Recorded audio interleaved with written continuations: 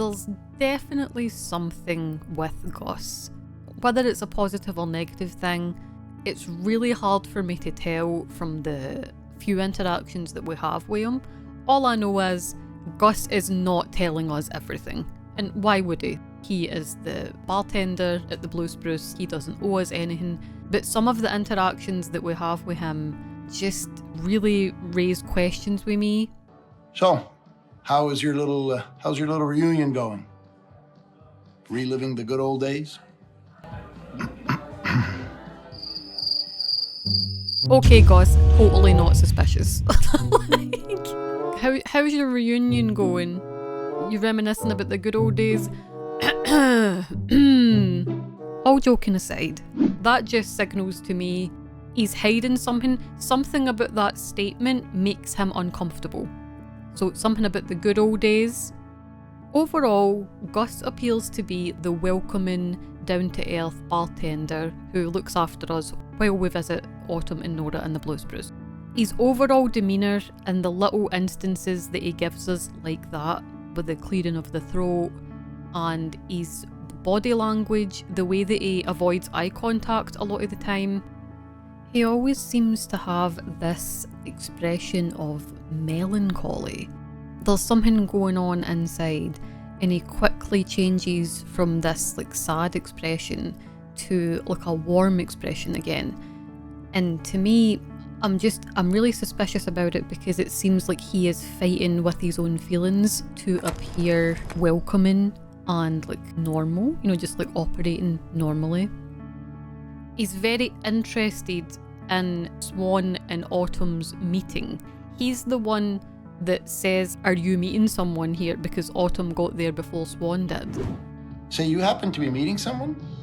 A lady about your age came in just before you. Oh, I am an old friend from school. We're having a little reunion. Thought so. Nice that you're doing that. And it's as if he's already aware of the situation, which, fair enough, you could deduct that. You don't need to be a rocket scientist to figure that out. But it's kind of odd to me that he brings it up. I do find Gus's appearance really striking. His clothes and his haircut, however, they seem quite old-fashioned. It's just meant to be 2022, it's modern day. Gus is he's in his 60s, but the way that he dresses feels like it doesn't really fit the time period. One of the main things that Gus wears is a biker's vest, so it's clear he loves his bikes. I don't know whether he's part of a biker gang or if he's just solo that way, but clearly he's very proud of it, and like that's a big part of his personality. There's a photo behind the bar of a bike, so that must have been like a special bike to Gus. I'd like to talk about his tattoos. He's got a few tattoos that are visible on his arms. You can't see some of them clearly, like it's quite difficult to see them, but the two that stick out, on his hand he's got a black widow spider. They can have these kind of stripes on their back, and then the hourglass is on like the bottom part of the abdomen. So there's several meanings behind having one of these. This is the interesting part. It could stand for being cunning, intelligence, and the ability to overcome challenges. It can also signify protection and wisdom. It can be a sign of death because of the Black Widow's venomous bite. It can also stand for temptation and deception because the spider is alluring but it has a deadly nature, and it can highlight the duality of beauty and danger. There's definitely more than one possibility here. It's all down to the person who has the tattoo at the end of the day, and it's not something you can ask them in the game, like, oh, why did you get that tattoo, or what does it mean? Maybe he just thought it was nice, maybe he thought it was cool. The other one that's kind of visible is on his other arm, and it's a heart with a dagger going through it. Now this is quite a common tattoo to get. Many people will have designs like around this nature. And it usually symbolises heartbreak, betrayal, or loss of some kind, to represent a deep emotional pain related to a relationship or maybe broken trust. But it can also signify strength, survival, or resilience, or after the trauma that someone has been through. Again, it's personal it's all down to the individual and why they got that. I was hoping that maybe I could see a name or something on it, but I can't see. There's no way that I can tell what the rest of the tattoo is. Gus immediately made me uncomfortable because he comes across as a very warm person and like a caring person, but in the nature of DONTNOD games especially, it's usually the people who come across as the nicest, they're the ones to look out for. And it goes for the same in real life. The dangerous ones are usually the best at hiding it. I mentioned in my last video about the 2 newspaper articles that are hanging up in the blue spruce, and I called this out straight away that this is strange. These are really weird articles to highlight. So you could have anything hanging up on the wall, but specifically there is 2 mentions of people disappearing in the woods from different time periods. We've got the miners from the 1800s, and then we've got Gil from 1975. Gus also mentions reunions are a great thing, you never know when you're going to see someone for the last time, and he has this like vibe coming from him as if he has lost something. Better make the best of it. You never know when it'll be the last time. Really screams to me that Gus has lost something important. I think that the Abyss is somehow involved in this and he has lost someone to the Abyss. I don't know if he watched it happen or if he's just suspicious about it. My guess is that it might have been a partner, so maybe he had like a girlfriend or a wife in the past that has been taken, and that's why he's got these articles pinned up, because he's been trying to search for answers. It would also make sense as to why him and Pam are so close, because Pam is into the supernatural, and if Gus had these feelings, he would be able to talk to Pam about it without any judgment because she would believe him. Overall, with Gus, I feel like we're either going to get one thing or another where he is genuine and perhaps he's been really hurt in the past, he's dealing with a loss that has impacted his life, or he's hiding something and being deceptive because he might know what's going on with Swan and he's maybe aware of what's going to happen. Maybe he's got some kind of foresight where he knows that Swan is going to jump into the Abyss at the end and that he's feeling some kind of way about that. Like, I would really like to think that Gus is a good guy, but I've always got my reservations where it's like the one that seems kind could be the one that will turn around and stab you in the back.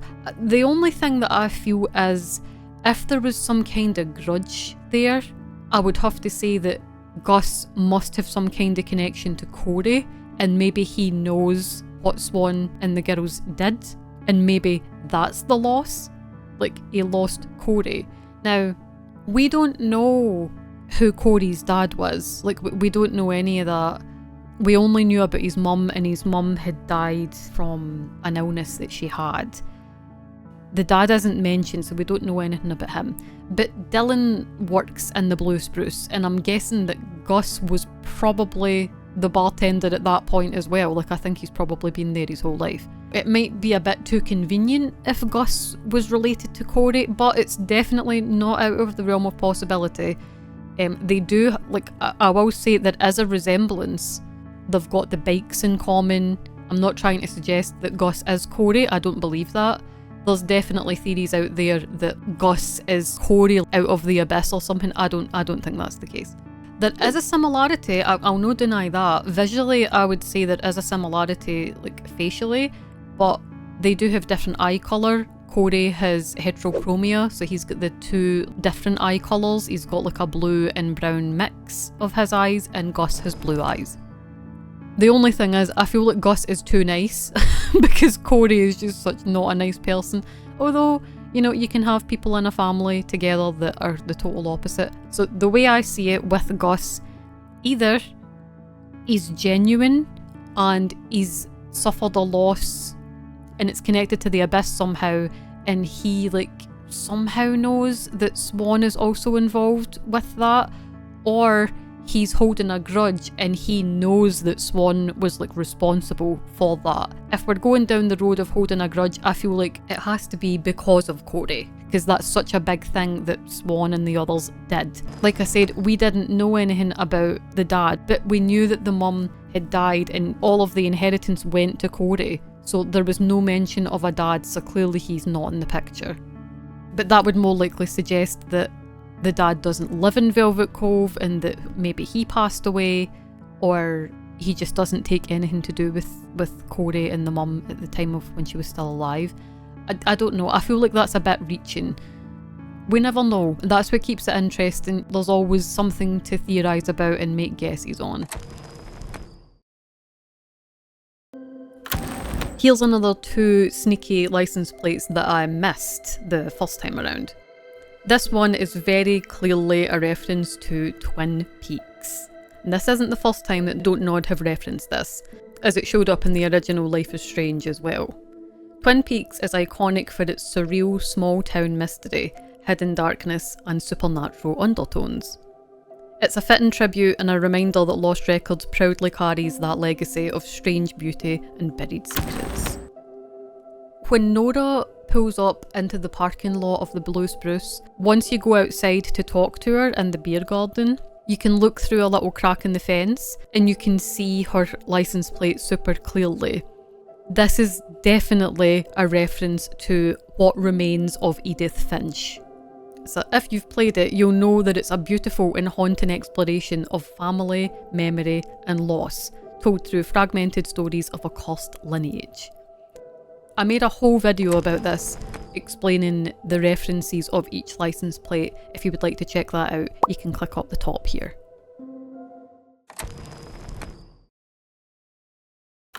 Now, this is one of the things that actually gave me the creeps the very first time that I seen it in the cabin.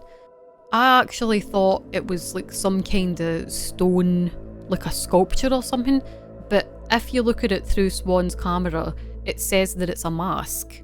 So, looking at it closely, I think it's a mask that's been mounted on a piece of wood at the back to kind of hold it up. There's also like branches and like string and things around it, like looking through the spider webs, it's as if it's been kind of decorated around it. But if you look at all the details of the mask, it's really unsettling. The first thing about it is the expression.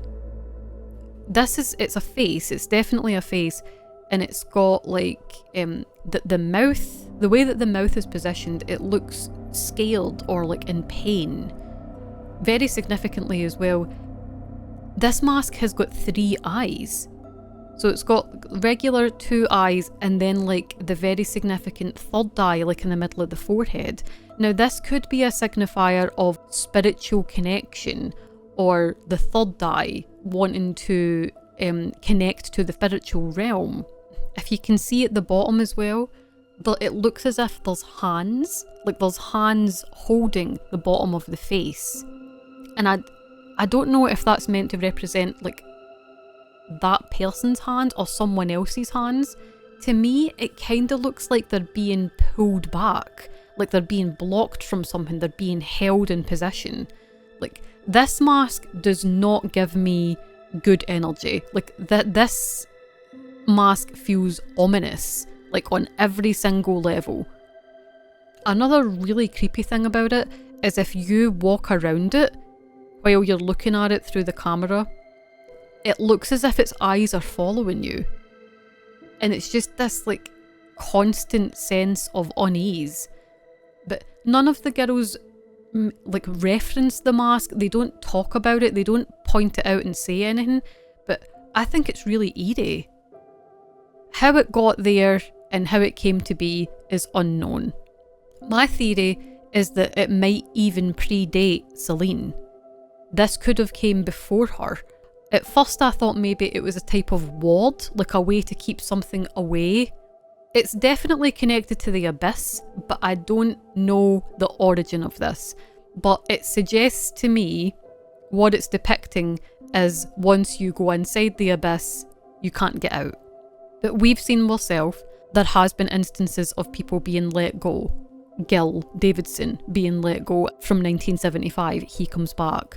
And hopefully, when we go back with Swan, we'll be able to rescue Kat from the abyss and bring her back somehow. I tried to tie it back to like actual cultures and see if it looked similar, but none of the None of the masks or effigies or idols that I could find looked the same as this. So this looks as if it's been specifically designed for the game, which really just backs up to me it's definitely like a connection to the Abyss. Like maybe there was a cult in the past that worshipped it, or there was some kind of group behind it, and this is like an artifact of that time. It looks older than Celine's time. To me, this looks ancient. The fact that the third eye is meant to provide like perception beyond ordinary sight, like being able to tap in to your inner chakra and being able to see beyond what the eyes can see, and it's a way to open up the mind. I feel like this is a perfect depiction of what the Abyss is and what you would need to understand the Abyss. Again, I don't feel like the inclusion of this mask is an accident.